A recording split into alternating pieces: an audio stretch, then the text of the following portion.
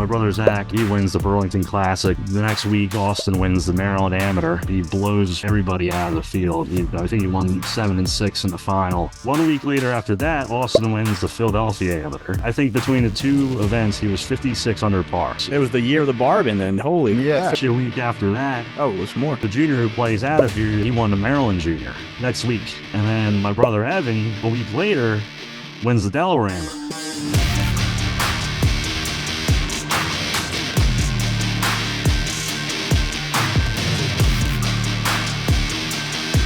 No, I mean, I think like the PGA guys are pissed because they're like, dude, this guy, he did what everyone else would have done if they knew they could have gone back. But he took a gamble. Like, you didn't know, hindsight 2020, that like, if you could come back, he could come back. Yeah, but, like, he took that gamble, and they're all pissed because they're like, shit, that was the best gamble in the world. Especially Wyndham Clark. He's like, I should have gone, got a fat bag, and came back and donated $5 million real quick, which he got like what, hundreds of millies? Yeah, I mean, it's so, like, for that aspect, like, I can't knock him for being the guy that, like, hey, he's the guy that it happened to, and I love the PGA's like credentials or requirements to come back. Yeah. You must have won a major in the last 4 years. You must be a name-worthy guy. You know, we're not taking no bullshit back. Yeah. No Joaquin Neiman. Yeah, I mean, at the end of the day, that does take a position from a guy who's been trying to grind to get that spot on the PGA. Like, you know, that, you don't know behind the scenes, that one dude who's been doing everything he can to get on the tour, and now all of a sudden it is fucked up, dude. Like, that's where you don't see, you know, so many of them turned it down. I wanted to see how Brooks did and lived. Like, do you guys know any of his scores? He didn't. Not great, right? I heard he was playing like shit. I know Rahm's doing good. I don't know if he's maybe dude, Joaquin Neiman's better than he's the Tiger of Live. Yeah. You know, yeah. I mean, he kills it on resort courses, no doubt. But once the majors come about and he comes, like, you don't know who the guy is. I mean, that's crazy though, dude. Like, you know, he took a gamble. He got paid. Wow. The guy that everyone's like, fuck you to when they see him. Been like him. Do you think people like they're really going to be like that though? Maybe. I just Wyndham Clark said it. He was like, dude, should have fucking gone over there, took it back. He's a head case. I mean, he's a nutcase, but I'm sure other guys are thinking the same thing. You know, they were all even big Keopka money. Though said he's gonna have to gain these guys' trust back. Like, somehow, you know, he can't just jump on board and think everything's gonna be jolly. Well, there you go. Right. Brooks finished second at Singapore. That was his best finish on Live in 2025. Was he there 2024? Yes, he was. Oh, he won in Singapore in 2024, and he won at Greenbrier in 2024. Okay, so he won the tournament we went to. He won a couple. Oh, the Greenbrier one, August 16th. 18th. Yeah, was he on? Well, in reality, I think 2023. I don't think anyone should be mad at fucking Brooks. I think they should be mad at the PGA. Like, PGA, it basically kind of. Oh my god, dude, he went over there in 2022. Yeah, but like you said, he took the risk and went. You know. Yeah, like. But he's also is going to lose a lot of money if he does stay on PGA. Like, if he qualifies and stays in that top group or whatever, like, because they're all getting profit shares now or whatever. So what if he doesn't make cuts? He's going to lose that. What happens when he doesn't make cuts, dude? Like, I'm not sure. I feel like he's going to get back on his bullshit and be pretty good. I don't know why. You have like, if you make that leap and you come back, you better be playing some good golf. Yeah, it would be cool. It would be cool if he does play some good golf. God, I'm so jealous of your guys' gear, bro. It's bullshit. Fresh. All right, ladies and gentlemen, welcome back to the Fringe Crew Podcast, the show where we do not hit greens of regulation and we live life on the fringe. I am here with Mr. Kyle. How you doing, sir? Doing great, brother. How are you doing? Glad to be. I'm good. I'm happy to be back with you boys. Poppy, how you doing down there? I'm doing great. Thank you for having me as always. Yeah, dude. Thank you for being here. This week's episode is going to be awesome. We have a really awesome guest. Just a great guy, but like, I feel like we're going to learn a lot today. Okay. A lot. And he has already told me a lot. And I was like, I wish my genuine reaction was with, you know, really here. And when he starts telling you guys stuff, you guys are gonna be like, what? Pick his brain type deal here. Yeah, for sure. That's why I'm keeping some of these questions from a little open-ended so you guys can hop in as you see fit. But cool thing about this week is this episode of the Fringe Crew Podcast is brought to you by ACHILIZ Apparel. Our first little sponsorship collaboration. ACHILIZ is a golf streetwear brand based out of Canada. They're up and coming just like us. So when I talked to the chick that runs it, she was super cool and she was like, I like what you guys talk about and your vibe. And I need to send you guys some gear. Just shout us out and let's both run it up. So we got these cool sweaters. Unfortunately, Poppy, I'm so dude. Got the ball marker. So jealous. Look at that ball marker, man. Fresh. Dude, it's cool. The hat is cool. Yeah, It's like vintage, a little vintage It's look. like vintage streetwear, golf wear. I think it's got a Malbon S to it. Yeah. Little Run DMC, like when they came onto the scene. I mean, the stripes give back. the Adidas kind of feel to it. That's clean, dude. And it's, you could tell it's quality. And then it's actually, so you can't see, but it's got the little stringy thing down here. So it's like it's got the. It's legit, dude. Yeah. I'm gonna come pick it up because I needed to wear it for my next Espresso Tini review, dude. For sure. There you go. That'd be fire. I'll meet you. I'm sorry today I got mixed up. It's all good. Logistics, we understand, but it's fresh. I'm jealous. It looks great. Yeah, This is a good winter pullover because it's not like a lightweight. It's it's got it feels good. A little heavy to it. Yeah. I really like the collar. It's a little it's growing on it. It's cool. Different. It's definitely something I wouldn't necessarily the collar, but now that I'm wearing it, I'm like, all right, it's kind of cool. Well, shout out ACHILIZ, dude. Yeah, man. Shout out to them. That's awesome. Yeah. We'll get out to Canada sometime soon. Probably not the best time right now, I'm guessing. We'll meet you in Band. We'll be there. There you go. I don't know what that is, but I'm down. I'm always down. You would be down. It's like Colorado on steroids. Yeah, dog. Oh, it's like those Instagram reels. Crazy mountains. Those dudes looks great. Okay. I'm down. I'm down. Even though it is brick titties cold here right now, what is going on, man? Yeah, yo, it's supposed to snow a foot next week. Sunday said 16 to 21 or something. Yep. Well, Thursday said 48. What? Degrees or inches? 48 degrees. I was like, inches or degrees, dude? Thursday's playable then. Thursday's playable. Thursday might have to be done if it's 48 degrees. Are you booking? Or we could talk about it. I'd call Bobby's cart. That's true. That's true. We might have to fucking rock, paper, scissors over that one because are car covers expensive? I want to say $100 maybe. That's not too crazy. Well worth it. I've seen people with propane tanks and stuff inside of it. He has one. The heaters. I have it. I've never used it because I feel like I don't even need it, but I'm sure that thing would get nice and toasty, dude. That round we played the other day, it made a huge difference. And I played 4 holes after you left, and I was like, "Oh, I'm so much colder." It was really a difference. Oh yeah, that way, man. It did. The wind picked up. I mean, NFL playoffs have been so strange, right? Because just weird teams. But that's what's cool about a salary cap in a league is that any year, one team can get put together and just make a little run, and it's not the same team. It's not the fucking Dodgers every year. You know what I mean? It's like. We don't have to get into that because that is a debacle. I hate I mean, that's why I don't follow baseball. Not because of that, but it's just that's just so fucking stupid for me. No salary cap. It's the Dodgers versus the world. I remember the Yankees used to always kind of be that team that would spend just ridiculous amounts, but the Dodgers, I think no one's ever done this. They're deferring payments. They're every free agent getting. It's ridiculous. Their payroll is crazy. One player is the whole Rays payroll. But yeah, what they paid Kyle Tucker, nobody else wanted to pay him that. Well, Dude, I guess the Mets offered him $50 million or something. Yeah. It's fucking ridiculous. He got 60, right? I think he got 60. Crazy, dude. What the hell did I have to drink beer and chase girls? Why did I just fucking... You had the size, too. You had the size. I mean, are the Orioles going to make a move here, or are they just going to sit on their hands? I mean, them getting Alonso was already crazy. I mean, what are they going to do? Alonso was great. Who are they going to fucking get? They need a pitcher. They're talking about trading for Framer Valdez or what's the lefty from Washington? He's young cat. Gore?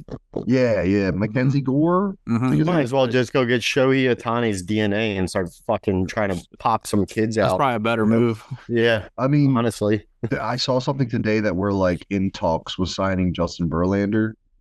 Whoa. He's old, though. He's old. He's definitely old. Is he still solid? I mean, I guess I don't think he really had a great season last year. I believe he was with the Giants. Yeah. Doesn't he date Kate Upton? Yeah. Yes, he does. That would draw some people to the ballpark. He that's does. for certain. What a lucky feller. You know, that's what I'm saying. Like, why didn't I just like? What? Dude, golf like Matt Fitzpatrick. Oh my, Mappick. Yeah, he had braces at like He 25. he definitely looks like a poor man's Rory. Like the more I look at him, he looks like Rory, just like Yeah. His chick's bad. a way lesser version of Rory. Yeah. He's just Like- literally the Skechers version of Rory. Yeah, That's, like, that's his yeah. spot. That's his There you sponsor. go. Where's Skechers? It was like when my wife like sees him on TV, she's like, "Who's that goober? Who's that like goofball out there?" I'm like, Dude. "Oh man, Literally, he looks like Don't check out let his us- wife. Don't let us Call him blow a up. goober now." I'm like, but he is wearing Skechers, so yeah, Yeah. he's a little bit of a goofer. Well, can we talk about Poppy's round at X Golf this week? Last week, That was cinema, dude.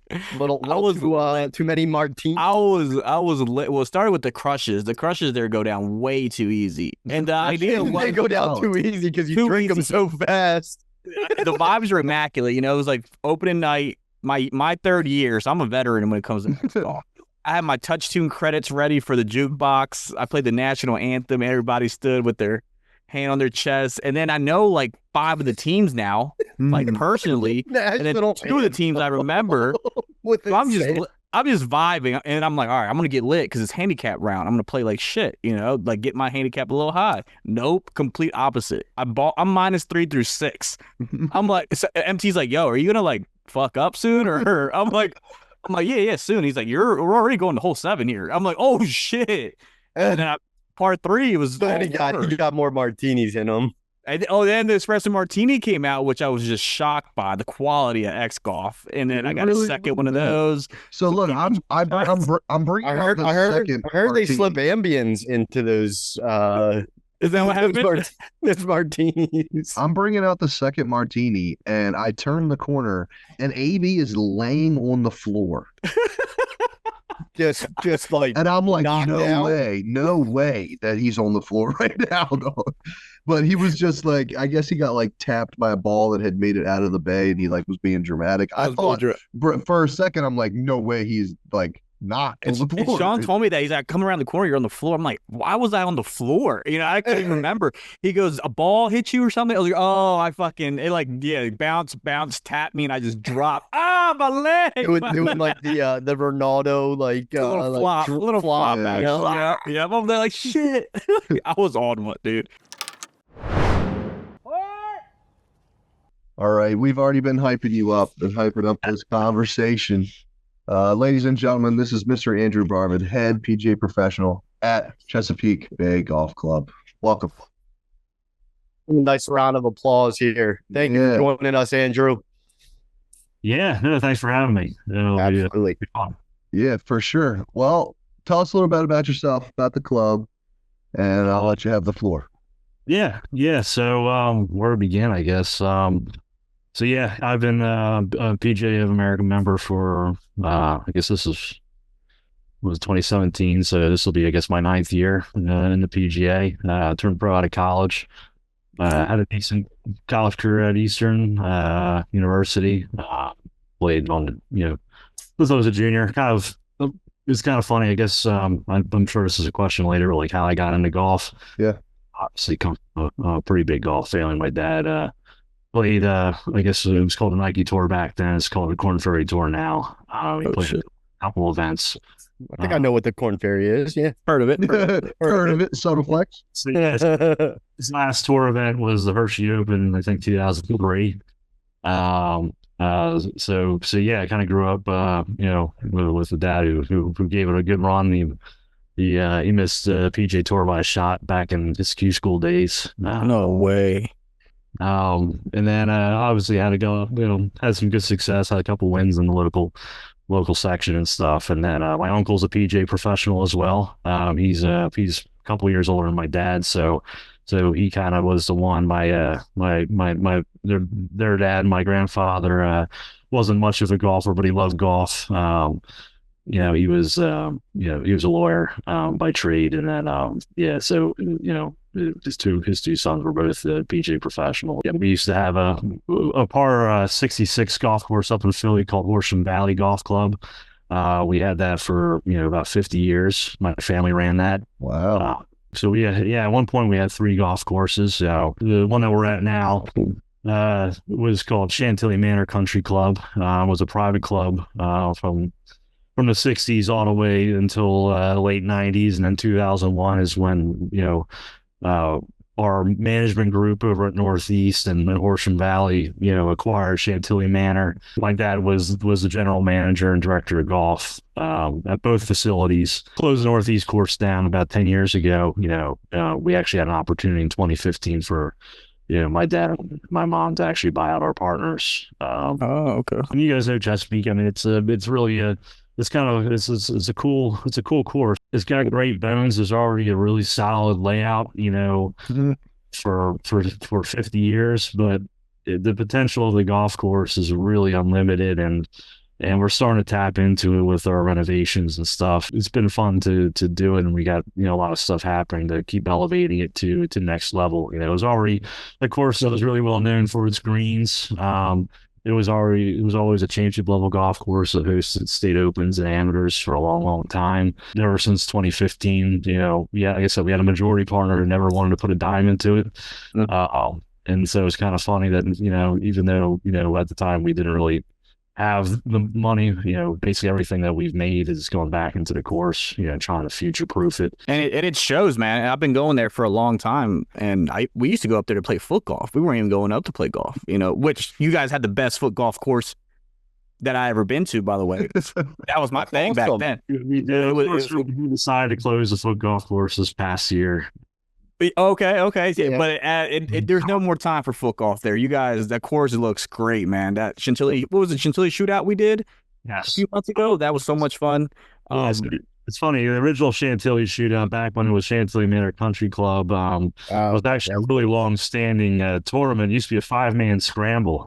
And they used to play. I mean, there was like big money, like that would have been better for me. It used to be a real big money thing back when it was a private club. It was a five-player scramble. Yeah. Since we brought it back, it's been more of a conventional kind of member guest style, 2-man better ball type tournament. Yes.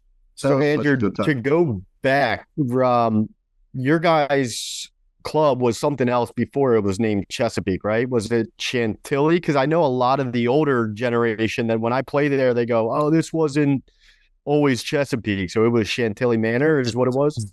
Club, yep. It was a private club, for about 40 years. Okay, gotcha. So then it became public once you guys took over. Actually, in 1997 it became public when Analytic acquired it. He's the one who turned from private to public. We actually acquired it 4 years later in 2001, but we retained the public. It's kind of funny, actually. I mean, I would say our proper designation is semi-private, just because of the nature of our membership. Mm-hmm. And to a degree, we actually still have some of the original Chantilly members, even some of the founding members, actually still are alive and kicking. That's cool. The OGs. Yeah, yep. Like Ray Jones is a longtime member here, but he was actually the first assistant pro way back in the day. He's still a really good player. Still, he still carries like a 2 handicap. And was that our guy, AB? I was just about to ask. Was he the one that worked like a 13-hour shift and then played day one shootout? Oh no, that was Henry. Henry. Okay, yeah. Well, he won us some money, man. He won us some. Yeah. Oh wait, we all split it. Yeah, that was great. Bill. Oh yeah, you're talking about Bill. Bill, that was it. Bill. Henry's been with the course all. I mean, he was actually over with us back in the Northeast days. Oh, okay. His 2 brothers actually, who have passed unfortunately, but they were actually fantastic golfers, former club champions here back when it was Chantilly Manor. Their ashes are out on the course. So Henry's been tied to the golf course for a very, very long time, but he's been great. It's kind of funny. He's he's just he's got to be one of the most well-known starters in this area. Just he works. He still works for us about gives about 40 hours a week. Man, good for him. He was driving away. I was like, "Let's go, Bill." He was like, "What the?" No idea why. Bill was he played Division I golf back in the day.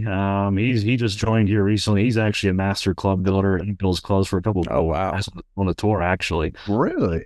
Yeah. So at least mostly on the Corn Ferry tour, he's got a couple of guys that he works He builds clubs for like Evan Brown and stuff, who've made a pretty good name for themselves. Interesting. So there's just like this quiet community of like real good golf up there, huh? Yeah. The Barbins are just like just your family alone's, dropping out sticks left and right. Yeah. It sounds like you guys have a good, network of people up there where it's not just been since 2015. You've had these people since 1990s. It's like a generational type of feel up there, which is cool. Yeah, no, it's cool because we're really starting to attract some really good talent out of here, that play regularly, but also for our Gap team. It's kind of cool. We're the actually only golf course in this area that's members of the Golf Association of Philadelphia and MSGA. That's cool. It's a little expensive for us to be part of both, but we, like I said, it gives our members really good opportunity. Like they can play in the Philly Open, the Delaware Open, the Maryland Open, all in the same year, or in the amateurs and the junior amateurs. And like I said, that's one of the big reasons why there's guys who just get their handicap out of us because they want to play in everything, and they see what we're about, and they're hanging out here. So. You have some of the Barbins who have won the PA, right, and the Marylands. So last June, June 2024 was pretty funny. So my brother Zach, he wins the Burlington Classic, which is a section event. He won about like a $5,000 check there. The next week, Austin wins the Maryland Amateur. He blows everybody out of the field. I think he won 7 and 6 in the final. Damn. Walked him. Shut it down. 1 week later after that, Austin wins the Philadelphia Amateur. Again, dominating. I think between the two events, he was 56 under par. Wow. The all rounds combined. It was over 100, 118. I think it was like 100 and something holes, that he played in both tournaments. But yeah, he was like really deep under par. It was the year of the Barbin then. Holy yeah. crap. So bragging rights are deep at like Christmas and Thanksgiving and all that kind of stuff, huh? Yep. And then actually a week after that, it was more. Noah who's a junior who plays out of here. He's a kid I teach off and on. He won the Maryland Junior literally the next week. And then my brother Evan, a week later, wins the Delaware Amateur. Holy shit. By White Clay Creek. And he shot, he was 14 or 15 under par. My first question that I had on here was, how did you get into golf? I think that doesn't need to be asked. I don't think you had a choice. Yep. Yeah. So everybody thinks that, again, with my dad, being, the player that he is and was, and, in the world that we live in, like golf is literally everything that we do, but he never pushed us on it. Like I didn't take golf seriously until I tried out for my high school team in 8th grade. At Red Lion. Before that, I played 2 or 3 times a year. He never pushed it on me, but I was well trained enough to make the team. I averaged like 52 for 9 holes my 8th grade year. I'm like, you know what? I kind of want to be better at this. I'm tired of doing this. And then I averaged 42 the next year, and then I averaged 37 the next year. And wow. Senior year, I was playing pretty good golf. So yeah, I was a little bit too late of a bloomer to play at the Division I level. I could have walked on the Towson or LaSalle or the 2 coaches I've talked to at the time, but I ended up playing for Eastern, and it was fun. I got to play in a national championship, and got to had 3 medalists and 1 win. So at that level, and you still had to shoot under par if you want. Right. And, who's the best Barbin right now, if you were to pick? It's a toss-up. It depends on the day. Okay, so it's that close. So that's cool. Say it's extremely close. Yeah, I mean, it's kind of funny. Like our club championship, we have like our own little flight. Where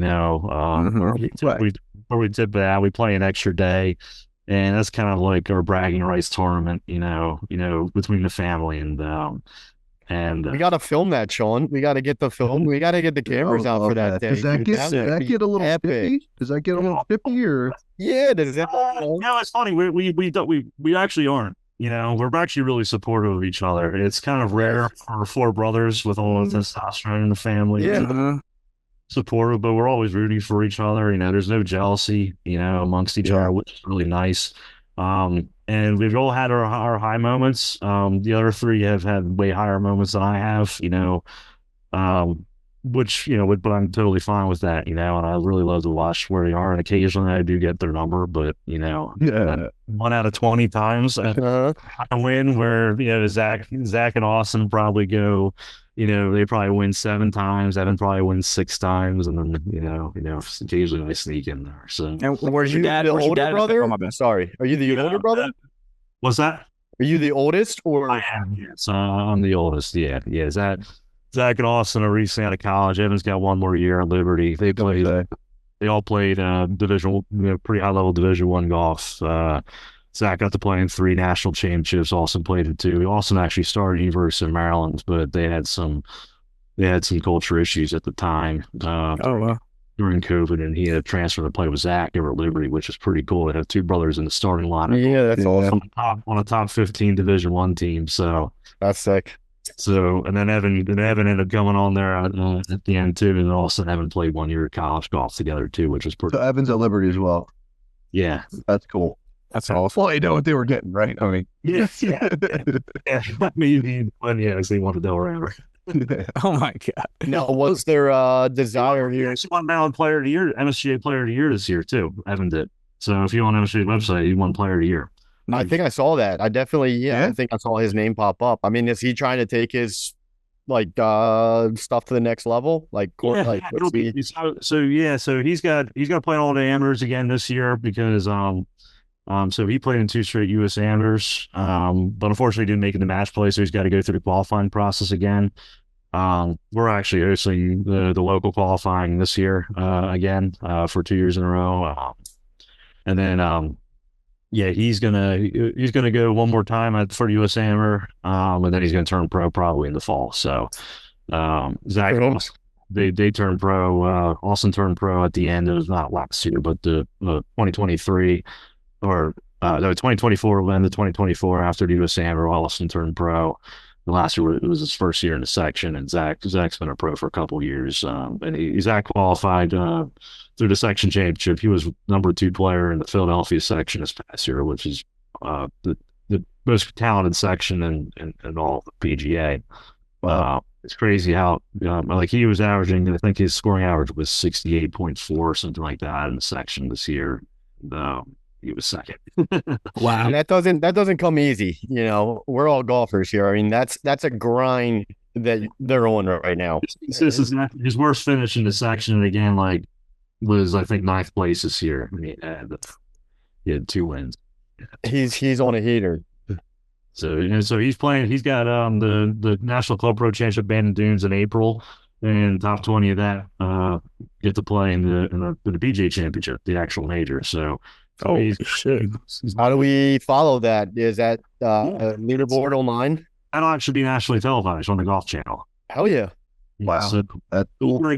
He's got a good shot at our good friend Braden Shattuck. He won it 2 years ago. And then you get 10 tour starts if you win a national club pro championship. So if he wins that, it opens a lot of doors. And obviously, it's cool that the PGA it's a really good opportunity for him because it's the PGA Championships at Aronimink, which we've all played 50 times. Oh, wow. A little home course advantage. Yeah, exactly. You cannot ask for a better setup for your first than playing a golf course that he's already played and done well at. He was low amateur in the Philly Open there 4 or 5 years ago.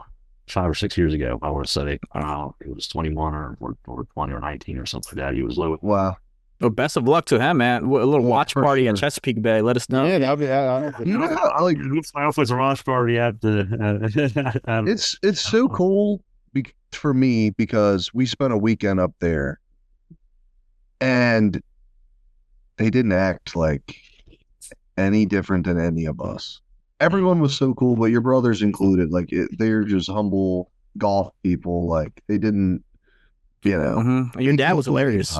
Your dad was awesome. Yeah. Oh my God. He got the party really started. He was kind of quiet. He was like, hey, he was like, all right, what are we doing? Calcutta's going. Yeah. Get the Calcutta going. Yeah. You do a lot more than the average head pro at a golf course, and that is because your family owns a course. Tell us a little bit about kind of your day to day, or like we can get into the renovations part because you're a huge part of that. Yeah, let's talk about that because that was a big thing for you guys. What, this year you guys got them done, right? We've been doing it progressively, really since 2015, but really hard at it since 2021. 2021, we completely revamped our irrigation system. It used to be an old block system where we actually had a dedicated guy who came in at 2 o'clock in the morning to take a key and pop up the different blocks on the golf course, and then it would be up to him to measure. Okay, this has been spinning for 10 minutes. It was all the sprinklers go all at once, so it's not and that was always a problem we used to have with certain holes, like 6, for example, where now the par 5, where the back of the green needs more water because it's a high point, and the bottom of the green was always super saturated because all the water was collecting there, and it was like really the front sprinklers only need to run for a couple minutes, like 2 or 3 minutes, and the back sprinklers need to run for like 12 minutes.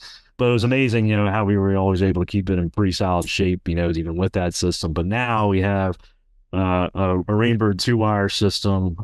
We used to have about 350 heads. We're now of just shy of 800 heads on the golf course, including surround heads on every green, where we have a dedicated head that does like a half circle on the green, and a dedicated head does a half circle on the approach.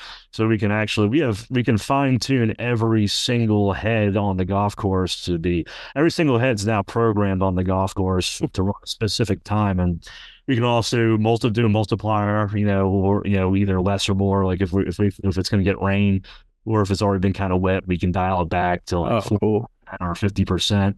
So, and then 2023, we brought in McDonald's and Sons, which have worked on really every great course you can think of in this area. They worked on. They actually, our first crew, back in 2023, half of them were working at Bitterman, half of them working at Congressional. Doing work there. They were doing all the shaping of the new bunkers and tees. A lot of these really high-end places redo their bunkers and tees like every couple of years. And then this past year, we had a group that was working on Chevy Chase. Chevy Chase did a $14 million renovation. This past year, they closed the whole course for a whole year. And then the other half of the crew came from a project at Pine Valley. So, and obviously, so they know what they're doing. Yes, they've done stuff at Riviera. They've done stuff at Pebble. They've done stuff at Sawgrass. They've done everything. They're the best. They're the best of the best. So we have a really good relationship with them now. We actually helped them out a little bit in 23 in between jobs, and it really worked out for us too. And so they love us, we love them, and we got, like I said, I wouldn't trust any other company to do the job that they've done. And it's cool. And again, we didn't hire an architect to do the stuff because we felt like we've been around a lot of the best golf courses in the world. We play the best golf courses in the world. We know what we kind of want to look like. We know what we can do. We know what some of the shortcomings are. So taking the hole 9 for an example, right? So I don't know if you remember how hole 9 used to be. So the bunkering that was there's like these 2 massive bunkers on both sides of the green, and there was a bunker in the back. So we went from 3 bunkers to 6, but it's actually a third of the sand that was originally there. Oh, wow. So cut down maintenance, obviously improved the aesthetics, and then allowed us to turn 9 into a par 5 because we put a front bunker in and we made the bunkering a little bit more severe, a little tighter. And now 9 was a hole that everybody used to hate because it was a really hard par 4. Now it's a really kind of like hittable par 5. Yeah, that's cool. It's a risk. It's kind of funny. So again, I'm big into stats and stuff. So all my leagues, again, from one year to the next, 2022, the average score on hole number 9 for all my leagues was like 6.4 and then when we changed it to a par 5, went down to a 6.1. Jeez. So 0.3 shots actually went down just because the whole mentality of changed. It kind of is like, yeah, probably people should have been playing this whole like a par 5 to begin with, but it was just a long second shot on that par 4, and you know. The thing that's hard about a golf hole, it's got trees on both sides, it's got water that's reachable on both sides, it's got a 2-tier green, and it has bunkers and it has elevation changes, and it's long. I mean, it's from the white tees, it's like 450 yards, So, yeah, it's not short. and we ended up building a new back tee. I don't know if you guys know where that is. It's almost like on the par three, right? Tee, right? Two It T. shares Yeah. the front tee of the hole number 2, which front tee for number 2 is actually it's also the back tee for number 9. It plays about 537 from back. Yeah, I won't be touching that anytime soon. You know? That's so sick, though. It's Imagine what it looks like from back there. I can't imagine what It's tight. Yeah, I bet it's like a hallway going down until it was all right up. You gotta hit a straight shot. You know, Yeah, well, shoot, that's the hard part about golf. the member we were playing with showed us it. He was like, "Oh, that's the Barbin tips over there." I was like, "Oh, okay." Yeah, it's in the woods, you know. it's back Maxi there. golf. yeah, it's fun. So yeah, we were able to, like I said, that's one of the things that we're trying to do is again, as we continue to try to elevate it to the next level, and like every year we're improving the turf grass, we're improving, our agronomical practices. Like I said, we're improving our drainage. The bunkering, is a big, and we still got, like I said, we still got 6 holes to go. So 23, Wow. we did 8 holes. We did, 1, 2, 3, 6, 8, 9, 16, and 18, and we refinished the moguls on 17 because they covered. Those were actually one of the few original design things that we actually liked to keep. And then, our next project was this past year. It was a little bit more expansive, whereas those were mostly green. We mostly just focused on green surrounds on the 2023 project. We were like, okay, let's try to bang as many greens as possible, try to improve the green complexes. And then by the time we got the whole 9, we're like, yeah, we really know what the kind of look we're going for, kind of like the new, second golden age type of, grass face bunker look. It's crazy. It's like they're much lower maintenance. We didn't have to go with capital like concrete or better ability bunker to build them. It's actually They're so beautiful though. Yeah. And then by the time we had 2 years to kind of think about it in 2020, for 2025, and then 13 was 13 turned out really awesome, and then 13 is cool. and then 10 was a massive redo. Yep. And then and 12 obviously was a hole that it was detested by like a whole, because now it's one of everybody's favorite holes. It's Yep, I like that one. It's just a fun hole now. It's way more drivable. I drove it both days, and all 3 days in the club championship, both days in the Chancellorsville Show, and when we had the Delaware Open qualifier here, I drove it in the Delaware Open. So that was Subtle flex. Yes. I don't know. I did it for myself because Now, how do you take that hole? Are you going left to right? You drawing it or fading her? So I'm a natural drawer of the ball, but I do have I do have a shot that I do hit for that hole and also hole 7.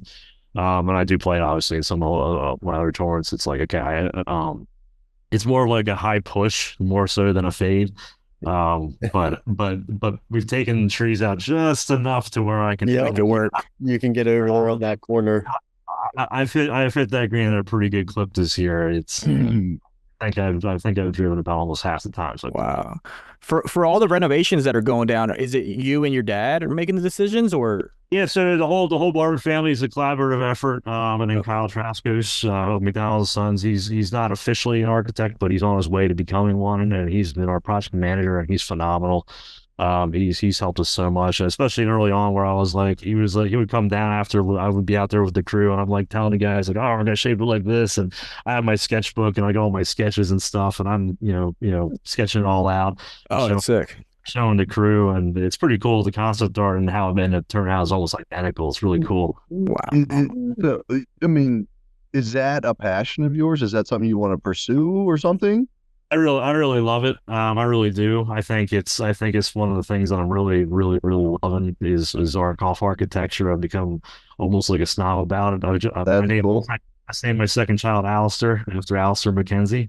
Oh wow! Oh no, he's getting addicted to the architect. So that was one of the reasons why I named it. But yeah, but it's but I really do. I really do love golf architecture, and we got some really cool ideas for the rest of the golf course. Really, the best stuff that we have yet to do is yet to come. So, I like to hear that. What a I like it. tease! What a tease! Yeah, we're gonna do a Seth Rayner style punch bowl on hole 7. That's gonna be pretty sick. Wow. 5, we're changing the angle completely. We're doing a new kind of like Union League National style step down tee on coming off of the houses to the left, almost in line with where the red tee is. It's gonna be a little bit shorter, but it takes the green from being like this to being like this, where the bunker be in front and the pond's gonna be in the back. That's the par 3, right? Yeah. So right now it's like your misses are horizontal. Now the misses is gonna be vertical, and the wind goes that way. Wow. So you're gonna have like a short iron going into this hole. So short iron downhill, downwind, where you have to be specific with your distance is going to be a really cool change of pace for that hole. And 4, we're going to be redoing the bunker in there too. So that's probably going to be our next projects that we're going to be doing here in March. Wow. There's 4, 5, and 7. So that's something to be looking forward to. And then we're going to do a couple more tee boxes. We need to do a new primary tee for 13. We want to rebuild the tee complex on 9, and then we have a couple new. We want to do, like I said, tees on 5, and there's a couple more back tees we still want to do. We're gonna, based off of what we have, we're gonna extend 3. We're gonna extend 6, 11, and 18. I'll have new back tees that'll stretch out to be about 7,400 yards, 75. Oh wow. There you go, Sean. You need that back tee on 18. We need to push you back there. I didn't even have a driver on 18 last when I was there last. That's one of my favorite holes. 18. I like it's 18 is cool. A feast or famine for me on 18. Yeah. I'm usually in the water, but I still like the hole. It's still a fun hole. I made a few birdies hitting into the water on that hole. Yeah. Really? In the water, you take your drop, hit it up on the green, make the putt. Yeah, I mean, you get it that easy. Trees, you know. About 3 times this past year. It was 18. I usually play 18 really, really, really good, but I've lost a little bit of distance lately, so I can't get over the pond like I used to. So, so that makes it a little bit harder. So I have to go a little bit more left nowadays. But smart play. Now you guys take pride in your greens. I know that for a fact. So how do you guys keep those greens rolling so nice? Yeah, so they're old push-up greens, and again, they've always had a reputation of being really fast back in the day. Obviously, fast back in the day wasn't fast like it is now, but we've updated the turf grass. The 007 bent grass is a really high quality strain of bent grass that is engineered for speed, and you see that at really all the top courses in this area. You know, some of the best courses like Marion are the entire golf course is 007 bent grass, where you know. It's in our agronomical practices, you know, with the verticutting, top dressing, and consistent diet, needle tining, and the quality of the chemicals we put down is important too. We don't skimp out on that kind of stuff. So, they're so pure. Cutting and rolling too, especially in the spring and fall. Obviously, you have to dial it back in July and August. Especially this past year when it was so hot and humid and stuff, we had to dial back a little bit. But if we can still maintain around like a 10 or 11, that'd be really cool during that time. That's our goal next year, is to never be below a 10.5 on the step meter, and then spring, spring, and then I've Chantilly shit. That's the perfect time because it's always dry and it's very conducive for speed, and we can roll the crap out of the greens. What was it that weekend? 14. You're 14.5 on day 1 and like 13.75 on day 2. That's the best, man. You just pick a line, tap it, let it do the race. Ridiculous. It's a ridiculous number for people who don't know. The stim meter 13, 14 is just like absurd. It's awesome. Yeah, it's fun. Like we had to count in the high school county championships, and it was so funny. It was actually windy that day. It was really hard. And it was just kind of funny listening to some of the kids from one of the schools, and they're like, "It's like, you gonna have any 3 putts today?" And he's like, "Nah." He's like, "How many 4 putts are you gonna have?" He said 18. Right. He's like, "I'm gonna 4 putt everything." You're funny. Yeah, kids are pretty funny, and the top 4 kids are all we're all members here, so yeah, it was just kind of funny. That's how it's. You guys do like a pretty big membership at your club, it's growing every year. The last 2 years we've had perfect retention, which is really rare. I feel. Good. So, and then growth. Obviously, this year we've gained a ton of new members, and we've got a good system. to where it's beneficial to both parties. Where membership's obviously very happy. They wouldn't be happy if they weren't coming back. And then, again, we treat it like a private club. I run 20 member tournaments a year. I run 6 leagues a year. And we have our own FedEx style, cup, like the Chantilly Shoot. It's one of our majors, so that's a big point system. There's obviously your club championship or President's Cup, which is our year-long match play. But I run 2 men's, stag days, which is like 1 day member guest type stuff. I run, I do run shambles. I run mixed doubles events. I run individual table events. I mean, like I said, I have 20 tour. I do about 20 plus tournaments a year. Again, we're part of MSG Gap, so a big appeal to us is that we were in both state team matches. Luckily for us, they don't really conflict. Other than one date, this coming year is the only day we have a conflict between MSG and Gap. But our Gap team is in single A flight this year. We've swept our way through our first 3 years back in the Gap. Since we weren't allowed to be in the Gap because of geography, but we were always members of the DSGA, which is Delaware State Golf Association. And when the Gap bought the DSGA, we got grandfathered in. So, oh wow, that worked out.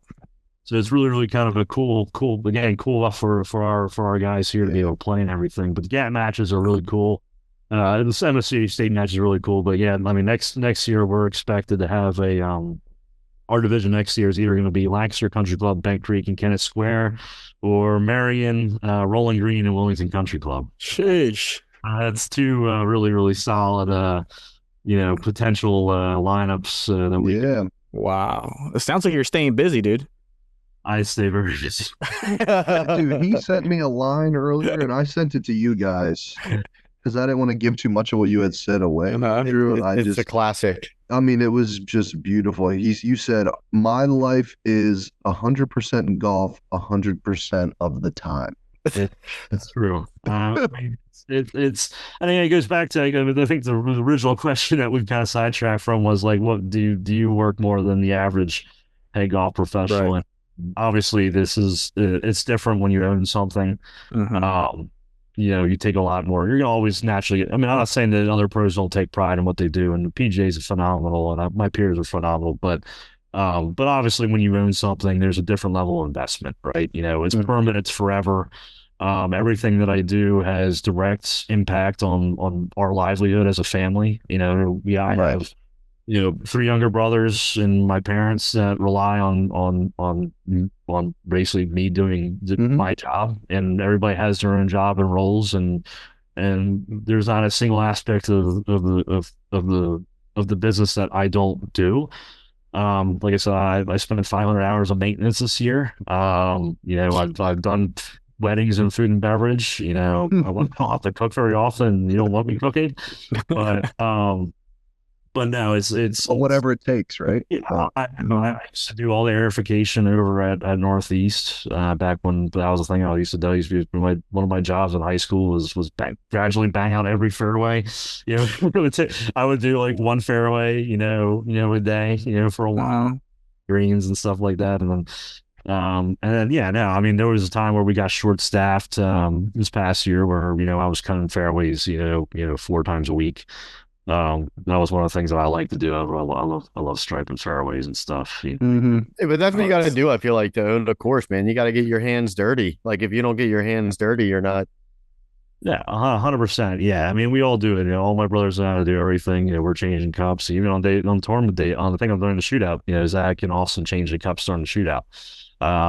It was it's just what we do. We're not afraid of doing anything in the golf business. Like I said, we used to have 3 golf courses at one point. We're down to 1 right now. We're always kind of looking to expand. But right now we're really focused on making Chesapeake as great as we can make it, and we still got a long ways to go.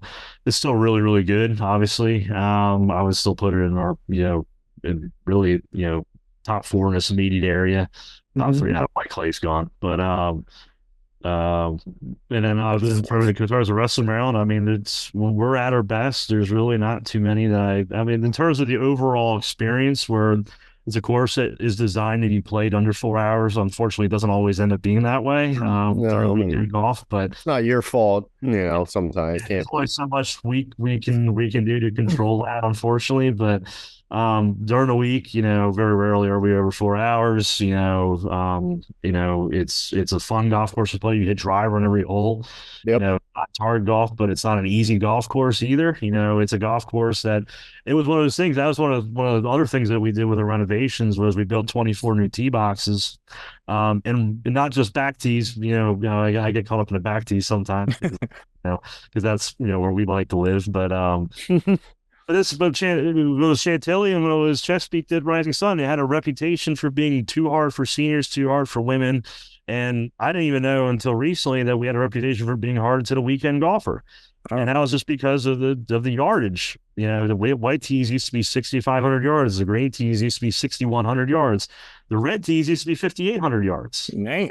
The red tees are longer than, say, Fox Hollow down in Baltimore. I was going to say, white tees at Fox are probably 58, 59. So you got love those tees, Andrew. Love those tees. Yeah. So one of the things we did was we shortened everything. We shortened the red tees over 1,000 yards to 4,700 yards. That allowed us to shorten our green tees to 5,400 yards, and we are able to shorten our white tees to 6,100 yards. Now, if you still liked how the tees used to play back in the day, we now have combo tee options that are rated by the USGA all the way through. So we actually have 6 primary tees now. We went from 4 primary tees to 6 primary tees, and we have 5 combo tees in between each tee set. So you can go from actually 3,900 yards from our Manor tees, that's our silver tees that we put out in the fairway. We kind of rebranded our junior tees, consolidated into one tee. And we're pushing that. It's amazing. That's just become a really popular tee for kids and for women, and stuff like that. And even I see some of the older guys out there now, because now it's like, oh, it's actually a tee. It's not plates in the ground. It's actually an actual tee, and they take it seriously. So you go from 3,900 yards to 300 and 350-yard intervals, almost exactly 350 yards, all the way up to right now 7,250. So it's really kind of cool. And again, if you liked how the course used to play, like our black tees at 6,700 yards is almost exactly what the historic Chantilly Manor black tees used to be, the same locations. So that's what Chantilly was for 50 years, was 6,700 yards. So we extended by 500 yards since we've taken control in 2015. Wow. But I'm all for shortening the course. I mean, obviously it speeds up play. That course in general is not I wouldn't say it's the easiest course. Like, really, I mean, like Fox, you can put the tees as far as you want back, and your average guy's not gonna have the worst day, but there. You got to be in the fairway. You got to have a shot at hitting the green. You got to be a good distance. So I get it. What you have going on around the greens, especially now, some of the changes you made, for some people, having a long iron into that is going to be petrifying. Yeah, this is the mentality of our changes. Obviously we want to look cool and look sexy and stuff like that, but we go in and we keep it in mind for, okay, we still want to play fast. And if you notice with all our stuff that we've done so far, we're still allowing a runoff or the people to be able to run their ball up onto the green, even though the bunkers are a little bit more severe than they used to be. We still give you more of a bailout. Like 1 and 16, for example, you used to have tight bunkers on both sides. We made collection areas on the right side of those. So, you always have a bailout option. You always have a chance to run the ball up onto the green. And we're never going to change that philosophy, because we want this golf course to be, again, challenging to the good players but accessible for the lesser players. And that's what I feel like that's what our goal is, to be the most well-balanced, overall most balanced golf course in this area. We're giving the public eye too, like, an opportunity to see architectural things that they don't really see anywhere else, right? In terms of the grass facing, unless you're going and playing like a rolling green or a Renovations or something like that, you're just not seeing that kind of style of bunkering. And we used to have terrible bunkers. Like I said, that was one of the knocks of the golf course, 4+ years ago. And now I can comfortably say that we got the best bunkers, really. Nice and fluffy. Yeah. I mean, no one wants to be in a bunker, but having nice bunkers is definitely, trust me, it's something I grade a course on. 100%. We splurge on the sand. It's PFB Brilliant White. It's the exact same sand they use at Congressional. It's the same sand they use at Bitterman. The same sand they use Wellington Country Club and Marion and all those other top places. Wow. Part of the problem in this area is that there's becoming such a monopoly with two golf companies in particular that that's become, I think it's kind of comes as a surprise when people come to us too and they're like, oh wow, this is really, not only is it family owned, but it's family run, like every aspect of it, right? It's kind of rare to see that. A lot of golf course owners are out in Florida or whatever and they're just business and they trust a management company, and there's like just checking P&Ls. Yeah, there's two big ones in particular, that you guys probably know what I'm talking about, but they kind of are monopolizing, golf in this area. I mean, just think about Delaware. Other than the Middletown courses, every public golf course in the state of Delaware is managed by two companies. It's one of the things that it's the nature of the business, that we have to be conscientious of, obviously. And then you go up north and then again, it's all kind of family run, but they don't have the funding or the know-how to really make those golf courses really, really good. But just because they have management companies doesn't mean they're going to be successful, right? Or make money or be profitable.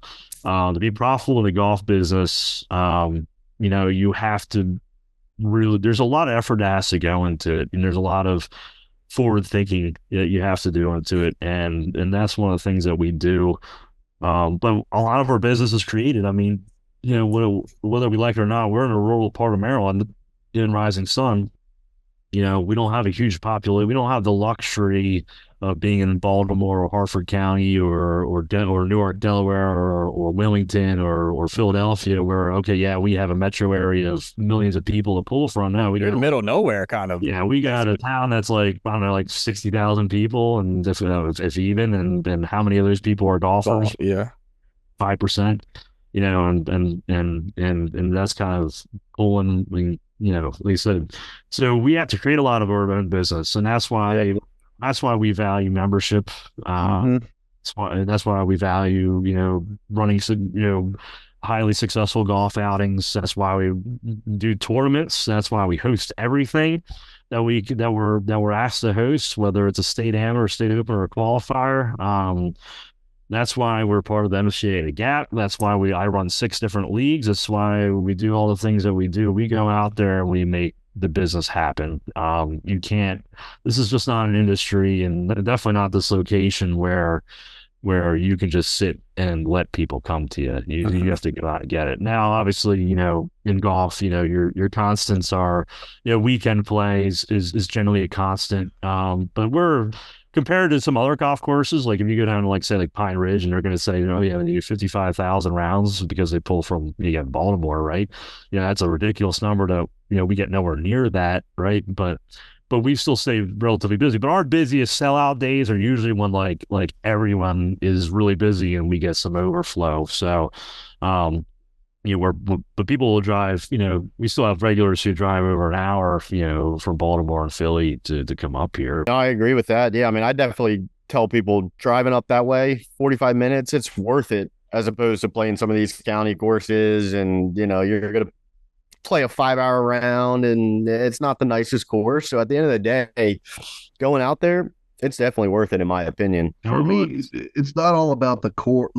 Just the experience is just so much better when you go up there. Just from the second that you pull up and talk to the person behind the desk, it's probably going to be you or your brother, one of the brothers, every time. But it's just totally different, and that's what I harped on about when we came up there. And I'm sure that's why your membership is so cool. Is because of the community you guys are making up there is special, man. Right. And to your point, it would be larger if you were, in that little metro pocket as opposed to further up north. But you guys still get a good amount of traction, which is, saying something for your course. I've been lucky too, to even though, obviously a good portion of my staff is family, but I've got some really, really good staff members who've been with me. I think almost everyone on my staff has been with me for at least 3 years now. So on my golf staff, and we've got a lot of good employee retention. And I think it's a testament to us as well, and everybody who works here really loves the place. And with what you guys have done, it's well worth the drive. And like Sean said, the people there, the members at the Chantilly Shootout, they made us feel welcome. And then a little east, you got one of the best restaurants, Steak and Maine. So it's worth that double trip, you know? Oh yeah. Yeah, no, it's in Northeast is a great little town. It's got a lot of cool spots. Yeah, no, that's pretty popular combo. Guys come up here and they go to Steak and Maine or they go to Woody's, and that's kind of their like they make that trip. And exactly, yeah. Especially if you drive like an hour, I try to plan, all right, what's food and what's golf, and that's my trip for me. Chesapeake, then Steak and Maine, It was my most played course last year. Oh wow.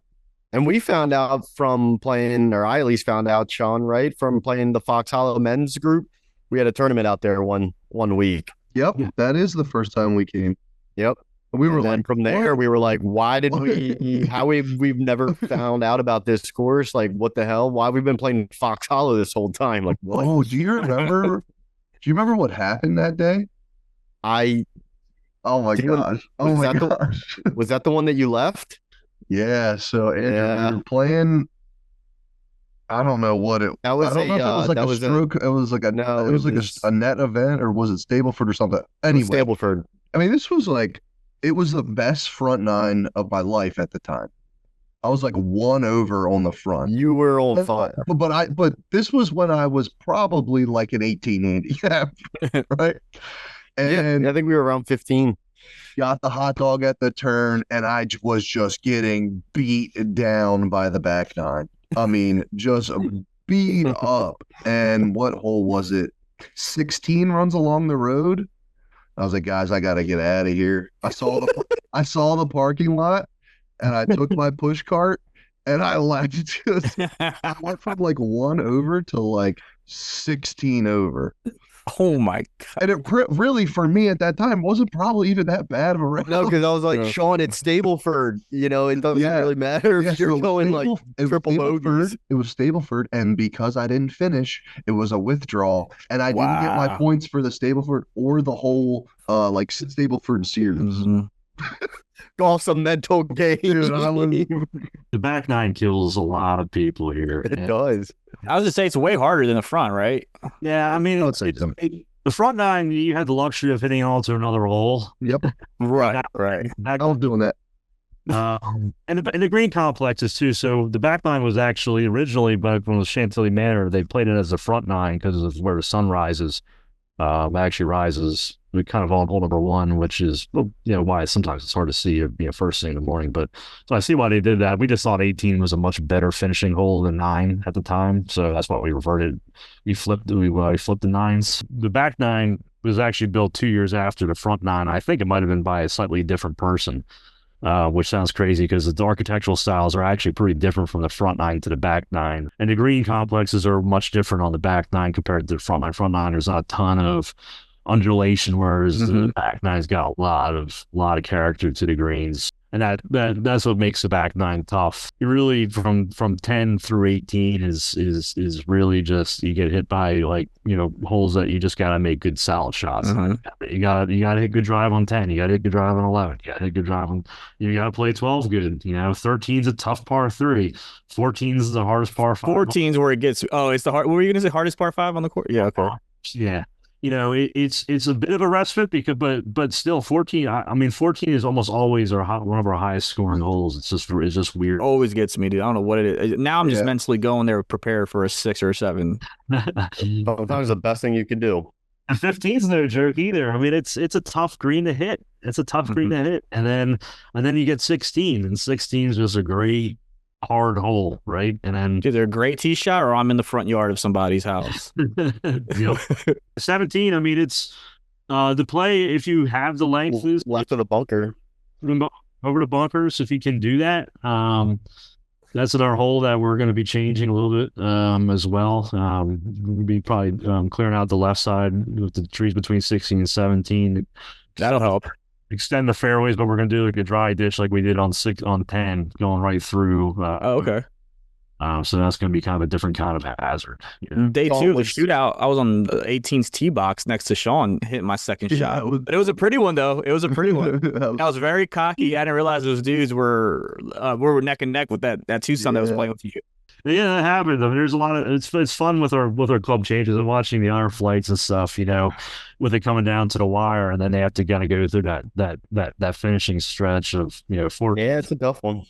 And 18 is such a do or die hole too. You know, it's like it's a hole that's theoretically the easiest par you should ever get, but it's always like the third or fourth, highest scoring hole, and every tournament that we've hosted, like I always go on to the Golf G's and look at the stats. I'm like, yeah, 18 was the fourth hardest hole again. 18 was the second hardest hole again. It's like why? So it's because of the allure of trying to go for that green too. It's the green that most of people can actually get to. The more you are right, but the closer you are to the pond, the better your chances of getting to the green too. But you have to hit a really good shot over the trees to do it, and you got to deal with a 10-foot deep bunker on the front if you're a little short. So. Victory Golf Pass. Tell us about it. Yeah, so that's a little bit back to some family background. My dad had really bad ulcerative colitis back at the end of his touring days. This is back when I was in third grade, and he had it basically as bad as he could have it. Where he was when he played in the Hershey Open, and he didn't eat in advance for like 5 days, so because he was going to the bathroom 25 times a day. He was given two options. He was going to either get an experimental surgery, or he was going to take steroids and then probably die in a couple years. He opted to take the experimental surgery, where they completely took out his entire colon. Colon actually melted in the surgeon's hands when they took it out. It was that bad. It was it was literally like millions of ulcers on his colon. They kind of created their own colon based off of that, so he doesn't have any external bags or anything. But the small intestine and the top part of the rectum actually kind of, it's really cool how the body works, right?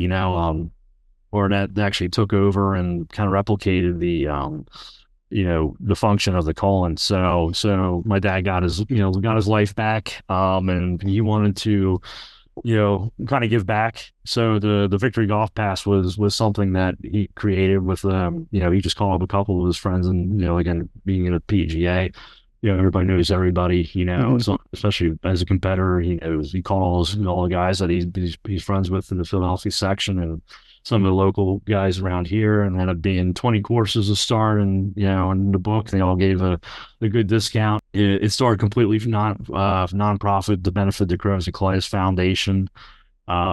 And my dad did a lot of stuff with Camp Oasis, and he would help kids and teach kids how to play golf who had the same disease as he had. And, he actually won the Crohn's Colitis Foundation Man of the Year, winning a whole bunch of stuff locally for the golf developing the game of golf.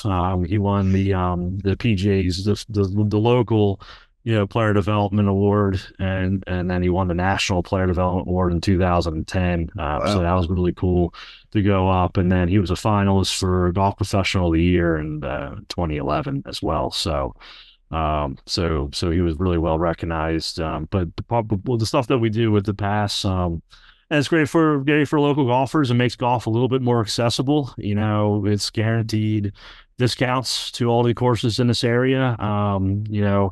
As opposed to like a Golf Now, where you kind of have to jump on a hot deal. This is a little bit guaranteed. Obviously, every course is a little bit different here. Here at Chesapeake, you probably save about $300 on 10 rounds that you play, 10 or 15 rounds that you get to play here, with the book. We got everything. Like we got a Mountain Branch, and a lot of courses on here. I'm on the website now. I had never heard of it. Yeah. So yeah, no, it's and we got some private clubs in there too. Is this something that like you all have created? Yeah. So this is we do this in the fall every year. Where we call up our peers, and we ask them, what they want to offer this year. It's all voluntary. There's no cost to the course to participate. Courses love it because it's free marketing, to their target audience, which is local golfers. Golfers love it because they save money every time. Yeah, you got PB Dye, Queenstown Harbor. Yep. Worthington Manor. Of course, has its own things. for something that offers 9 a.m. on a Saturday, you're not going to probably get it. Right. But if you play outside of that, like you're saving, pretty good money. I mean, especially get down to the beach. Like I know Baywood Greens is back in there this year, and Oh, it's on there? they have like the Sunday special where you can play at noon for like $99. Whoa. They just went up too, so that's a deal. $100 range next year. So Yeah. Super dope course. But They didn't even give me that deal when I got engaged there. so they got some cool. So yeah, it's really good. Yeah. And we've been doing that since 2004. Me and my I've been involved with the production ever since I was in high school. How many victory passes would you say get sold a year? A couple thousand. Yeah. Okay. We do pretty good with it. Yeah. That's cool, man. And is there something that goes towards what your father had? That he let Yeah, we were, like I said, now it's somewhat more for profit, but we still have our Victory Hope Foundation, which we still every year we give back to the Crohn's and Colitis Foundation. We've raised over a couple $100,000 for the Crohn's and Colitis Foundation over the years. We do Alzheimer's Association now. We do Folds of Honor. We do tons of junior golf stuff. We do a lot of junior golf stuff. We actually sponsor a village in Kenya, through Sundi's Gift. There's a couple other like miscellaneous. We've done funerals. We've done, all sorts of kind of stuff. We've been blessed to be able to bless other people in our community as a result. And that's awesome. But yeah, no, it's like I said, it started out completely non-for-profit. Now it's like semi-for-profit, but a very good portion of our proceeds are going to the causes that we've been, that have helped us in our lives. And we said we always feel compelled to give back to the community, and that's what we do. It's just one of the millions of things that we do as a lot of Pennsylvania courses too. You got Flatbush on here, Quail Valley, Pilgrims. Yeah, no, it's. I play a lot of these places. Yeah, no, yeah. Like I said, if you click on the course list, it'll tell you all the deals at each course. That's what I'm looking at. Yeah, I might have to cop this. And like I said, I'm all for having a healthy golf community. You have to have good golf. You have to have a good quality, good assortment of golf courses to do that. You need your lower end courses and you need your higher end courses that have really good. Have a good golf community. You can't just be all high ends or right. It makes perfect sense. I keep comparing it to food. What you just said makes so much sense. We're friends with Chili's down the road. You never know when you might need a case of chicken or a box of straws. You don't want to be a shitty neighbor, basically. Yeah, absolutely. And that's important, and that's why we've been recognized, for what we've done, by and again, all the PGA is all not all the awards that my dad won is all because he was nominated and by his peers and and by the national committees, to win a national award. That's what he. Wow, that's awesome, man. And he's doing good now. I mean, he seemed good at the shootout. Yeah. No, he's doing good. Yeah, like I said, 20 years later, I mean, obviously he's got his own things. As a result of that, you're never 100% normal. Right. But no, he's doing really good. Like I said, now we're just trying to get him out there and get him to play. He kind of gets caught up caddying for my brothers and. That's probably awesome for him, though. Yeah, I mean, he's nothing like watching your kids. Play. You have kids? I have two. Yeah. Okay. How old are they? I got a 2.5-year-old and a 4-month-old. Okay, so they'll be swinging soon. My daughter's starting to get. Yeah. So Andrew's in the thick of it. Yeah. No, it's the best. Watching your kids play sports, it's nothing like it. So I can't even imagine how he feels watching his 4 boys absolutely demolish it in golf. Yeah, it's fun to watch. I mean, they all had a really long, Austin. I've seen him hit 190 ball speed several. He's a beast, and Zach. He's not that big. Oh, that's Zach. Austin's like 6'3". Oh, Austin the youngest one? No, Evan's the youngest one. He's 6'2". There's 4 of us. No. There's so many of you. Zach is the one who played in the shootout. With Austin was away that week or whatever, or he was there the first day, but he couldn't play for both days. He had to do something. And Evans wasn't in school at the time, but yeah, me and Zach played. Zach was the one who played pretty good. He shot like 62 or something. That was insane when I saw that number, dude. But that's what he does, Yeah. We're also different too. Like Zach's super methodical. very robotic. I mean, he'll just bore you to death with how he plays golf. Austin's just a freak. Like he's always been like the most like ridiculously talented athlete. Like, he can't catch a ball with two hands. He's got to catch it one-handed, like with behind the back. Yeah. he does, and it's really weird how good he is at catching the ball one-handed. But Austin's just he got every tool in the bag. Like if you're talking about like who's probably the most talented from a pure game standpoint, it's hard to argue against Austin. Austin, when he's on he's one of the top ball strikers in the world. There's no wow. And he's been compared by top instructors, with the best and all his intangibles. Now it's like, getting this, but when he's there mentally, like he dominates, like it's the hardest part, man. Hardest part in golf. It's a mental game. Austin's always going through these adjustment periods. Like there was, when he was a kid, he was like, okay, he won a whole year where he came in second. Then he won 50 tournaments in a row. And then like literally we actually give out his old medals, in our junior tournaments because we have so oh my God. medals sitting around the house from his junior days. And then that's crazy. He won like literally well over 100 tournaments in his junior career. And then his senior year of high school, he won everything. He won an AGA by 14 shots. He won. It's crazy, right? That's crazy. That's like the best golfers. Imperial at DuPont Country Club at the Imperial Headwear Classic, the AJGA. He set the course record at DuPont Country Club, which he actually broke my dad's record. My dad actually had the course record at DuPont previously. Wow. So Austin broke the course record at DuPont the final day of the tournament, and he won. Like I said, he won by double digits. It was.